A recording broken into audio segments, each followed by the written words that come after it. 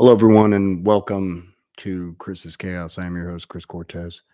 And what I'm going to be doing right now is doing a live stream of talking about the news today that just kind of hit the fan. Bray Wyatt, aka Windham Rotunda, has passed away at age 36.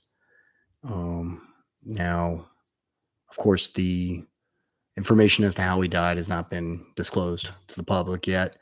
Really, I just caught this on. I was literally about to do my video review for the Super Junior Fest that was took place over the weekend in Philadelphia. Then I watched Multiverse.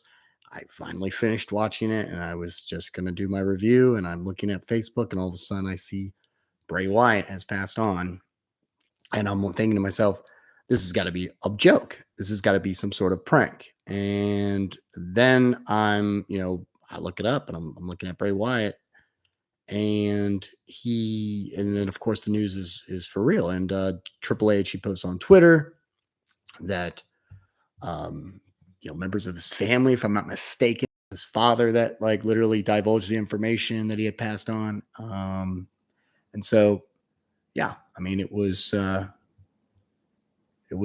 definitely tough to hear, and I looked it up and I'm, telling my wife, I'm like, hey, this guy who just passed away, I mean, he was essentially my favorite wrestler uh at the moment. Yeah, I mean, I'm gonna get into that. I you know definitely feel like it's definitely something that you know is hitting hard. So I'm trying to, kind of wrap my head around it. But yeah. Let's see something. Gotta make sure this is all good. Get this going. Sorry if I'm slacking. Just gonna go ahead and get this thing, make sure it's working right. Okay.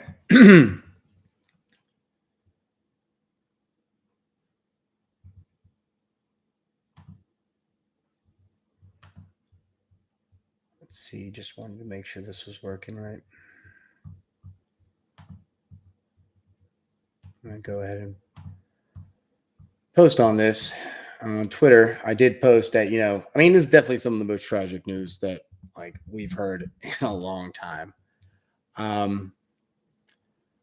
Was definitely, thinking the whole week, thinking about Terry Funk. And it's just really, really, sucks. Like, here, I'm gonna post this so that I can at least, feel like I'm reaching out to some people to stress like what's going on. I mean, for those of us that give a damn about what just happened, Bray Wyatt, this guy was my favorite wrestler from when he showed up in WWE.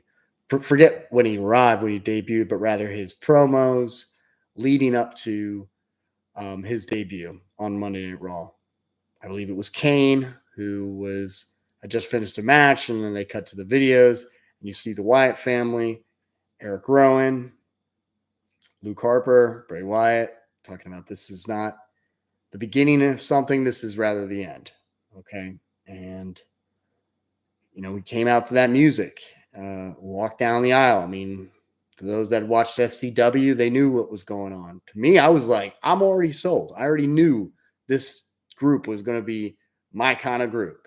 They had a kind of vibe that gave off Devil's Rejects, just kind of asylum cult style. Like nothing you've seen traces of it. Yes, you've seen traces of it in WWE, but not quite totally packaged the way this was. This was some serious creativity. And it was, I mean, for those people that just can't say it, I'm here to tell you that he was the next Undertaker. Like, you know why? Not because he was ever going to be the Undertaker. No, he was the next version, the sophisticated version of a supernatural character, and we were all waiting to see it happen. So I mean, I literally will just play, like I play his music, that music, as my alarm clock every single morning. I mean, it's great. It's just, it sucks because that's how much, he is a fan, to the music. I mean, I literally was listening to this this theme song as I wake up every morning. I listen to it today. The music to the Wyatt family song.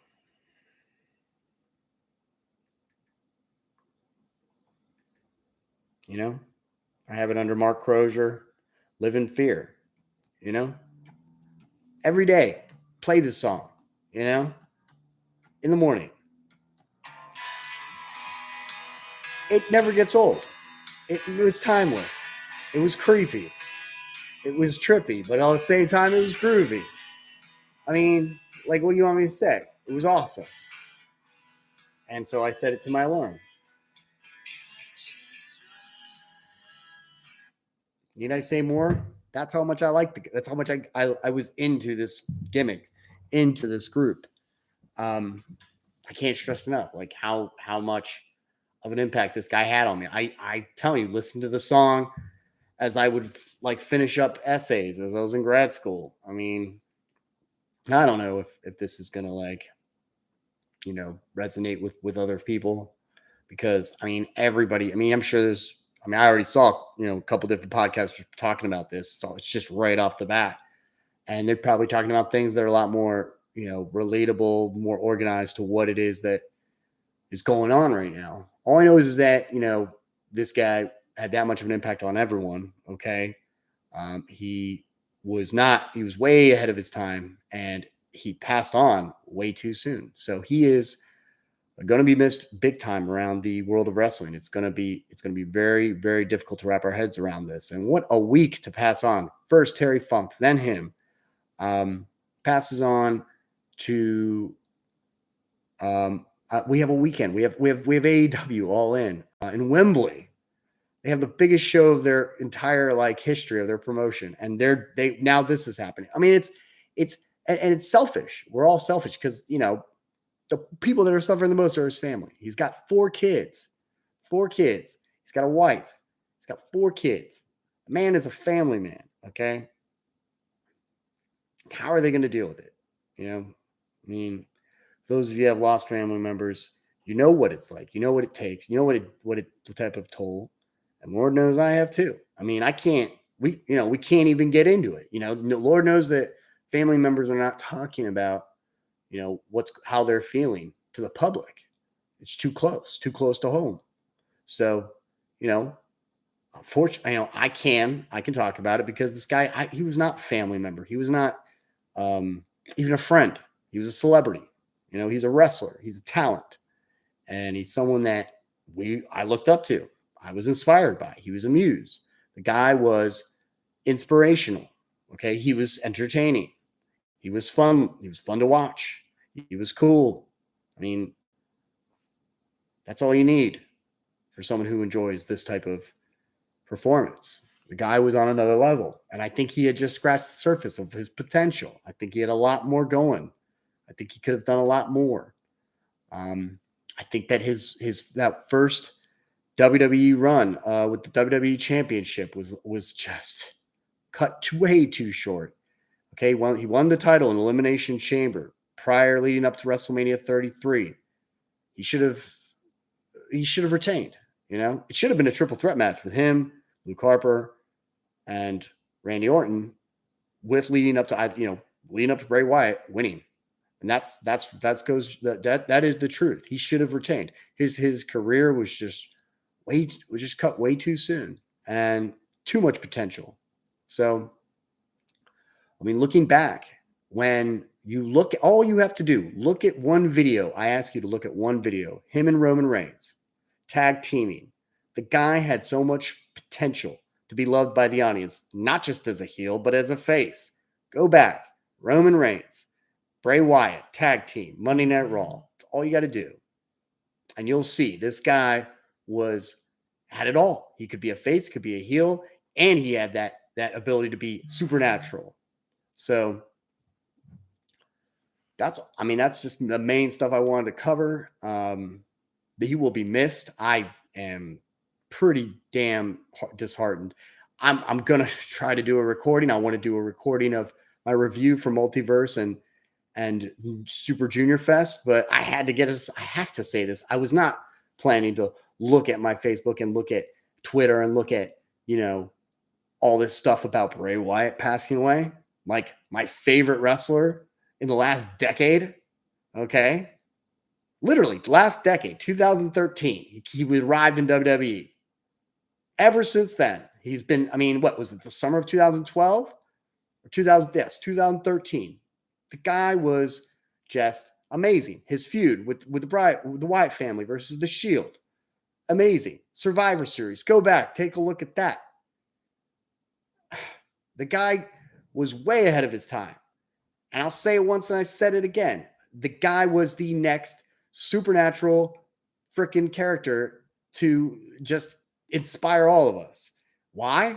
Because he had it. He had all the right ingredients. Not to mention he was sophisticated.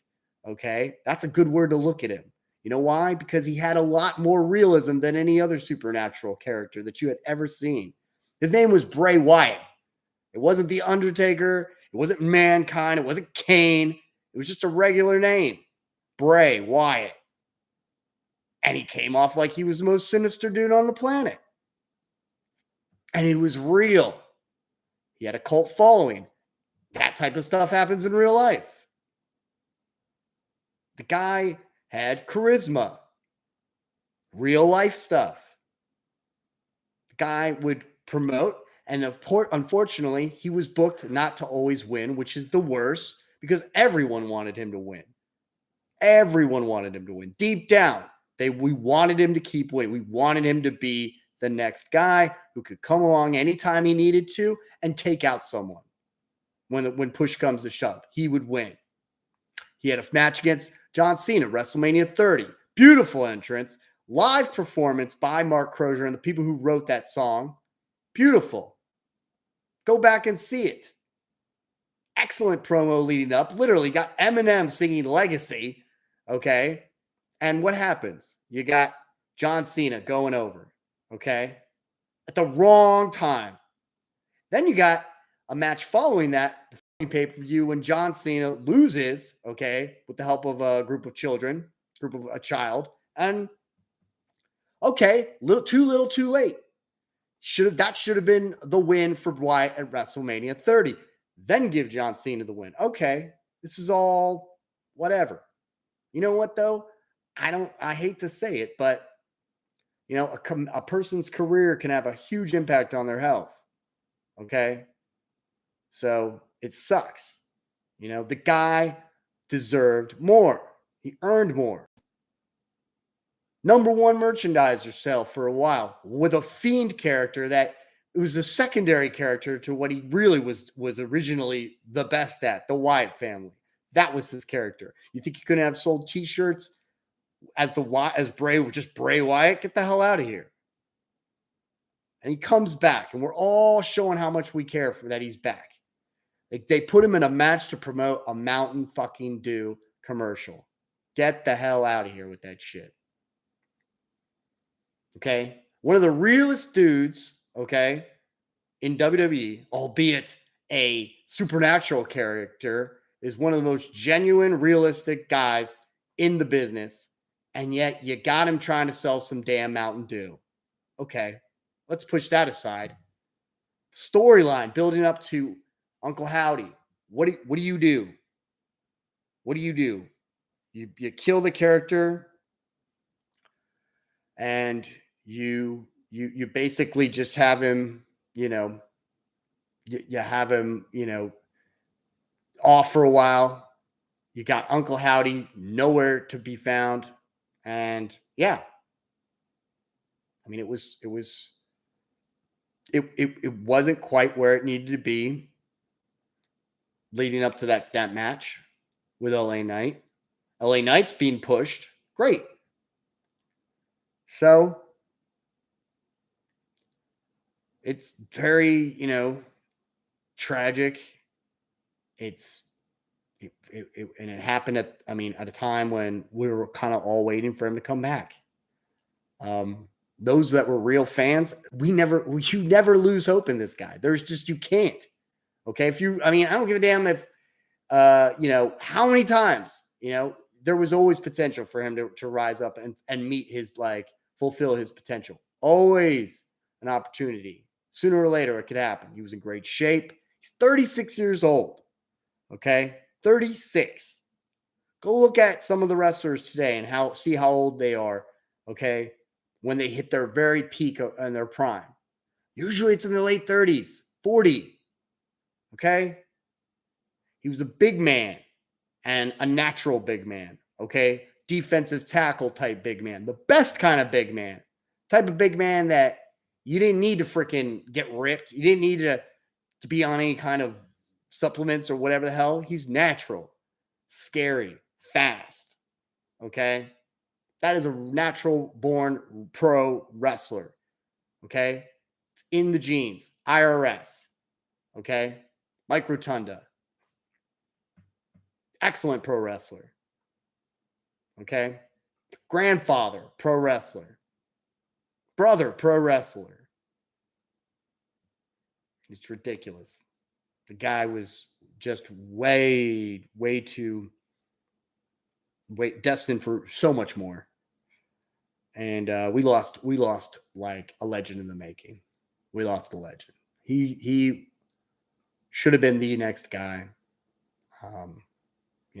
But here I am again. It's selfish because really his family and his friends, they lost their best friend. They lost a father. They lost a husband. They lost a son. They lost a brother. They lost a cousin. They lost a family member. So it's just selfish, for me to be upset that much. I just, all I wanted was to see this guy's potential, but that's just someone who watches a show and enjoys the show that much. But I will say this.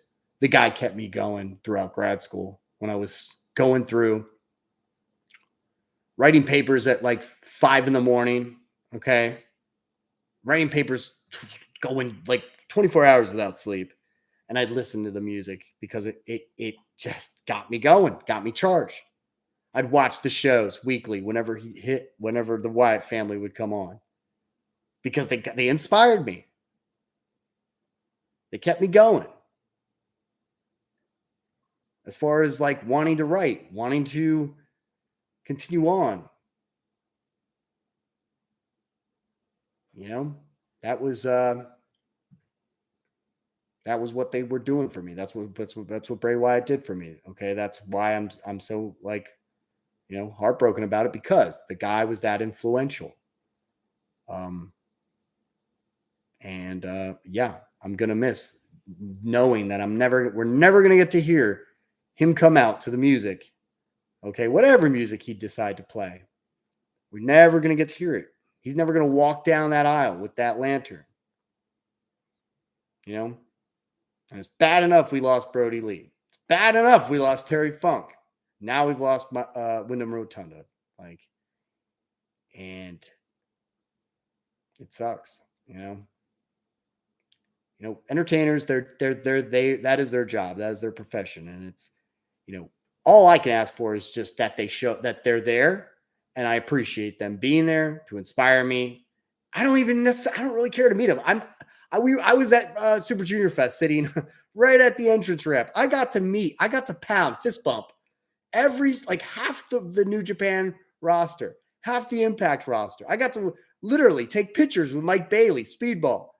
These guys were awesome. And I don't want to talk to them. I have nothing to say other than great job, other than giving them a round of applause and saying good job. Keep up the good work. I can't wait to see you wrestle again. I have nothing else to say because I don't know these guys. All I can do is show respect and appreciation for what they do. sadness if they're passing. I am upset. I'm sure a lot of people are upset. But most of all, I feel for the family and the friends because they're the ones that are devastated. Devastated. I am devastated. I'm sad and I'm upset. And it sucks. But I'm not devastated. And I wish prayers. That's why I send prayers to the family and friends because, man, I can imagine what it's like to lose a family member. More than imagine. I wouldn't get into that right now, but I can imagine. And it sucks. But I cannot go over my next review. I know this is, again, selfish. I have to address this. There's just no way. It was on my, like, as soon as that hit me like a ton of bricks. Like, holy crap. You know? And when I do my next review, I'll keep bringing it up. I don't see this going away. For a long, long time, we're not going to stop talking about Bray Wyatt. That's how important he was to this entertainment industry, this industry. That's how important. And to those of you that didn't get it, you're going to get it real soon. You're going to understand, okay, this guy, wow, like you may not understand how great he was, okay? But guess what? You're going to know based on the impact because you're going to have no choice. If you tune into pro wrestling, tune into the IWC, this guy's going to keep coming up just like Brody Lee. He's going to keep coming up. The guy was amazing. The guy was a legend in the making. And he should have been looked at that way. He's not just some guy that came through. He's not some like derivative of another character. Okay? He was an original. Okay? And when you get an original like that, you're supposed to appreciate and cherish when an original arrives and push him straight to the top. Okay? Let him be the heel, turn him into a face. Because guess what? Everyone loved him. Everyone loved him. And if you didn't love him, you were just sick of seeing him lose. Okay. So, like I said, I'll keep saying it. Thoughts and prayers to his family and friends. Thoughts and prayers to everyone out there who's upset. I will give myself a break, take a little, time, just maybe I'll get back on. And I hope I covered everything I wanted to say. My little, rant on it because he was my favorite wrestler. Him, Nakamura. I'm talking last 10 years. These are my two guys. Tatsuya Naito. That's it. It was sad I couldn't even talk about Bray Wyatt because they had kept him off the radar. He was not being pushed. He had to leave. He came back. He got sick. We don't even know what happened. He was my number one favorite wrestler in the last decade. Easily. CM Punk left at 2013. Do you know who kept me interested in this whole thing for the last 10 years? Him. Then Nakamura and Naito. That's it. You take away all these guys all at once? Shit. There's a good chance I'm not going to watch as much. Not because I don't love it, because you haven't given me a product to appreciate.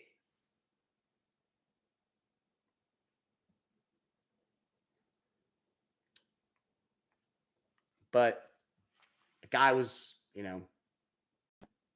that's just how much I liked him. And he was a real man. He was a person. He's a human being. Gone. When you're a pro, look, you can look this up. You can look up interviews from people like Stone Cold Steve Austin. When you look at a pro wrestler, a wrestler is essentially that person tuned to 11. Okay. So you're getting a piece of him or her. All right. So that being said, a pro wrestler is not just, they are performers, they are entertainers, but they're not just performers and just entertainers. They're not just portraying like a figment of your imagination or just completely a character. Yes, they are characters, but again, they are real people. Okay. Just like actors, just like athletes, they are people who are, dealing with things and illnesses and mental illnesses, physical illnesses, families, issues with the families, if issues with friends, um, personal demons, personal, issues after, falling outs. I mean, it's real life. I mean, what do you want me to say? They don't have a director who could just tell them to be someone else. No, they're still themselves turned to 11. So when you watch that guy or girl, you're getting a piece of that person. Okay. You can't imagine what's going on behind closed doors, but I mean, if as far as that person, but you can relate. You can relate to that person and sympathize with them, you know?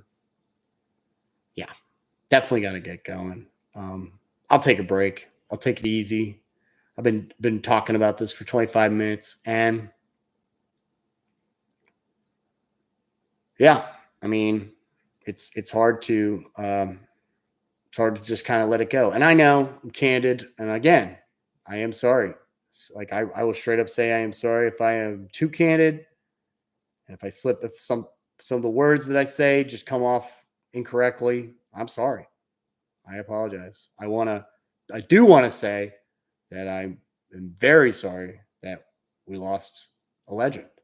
So, very sorry.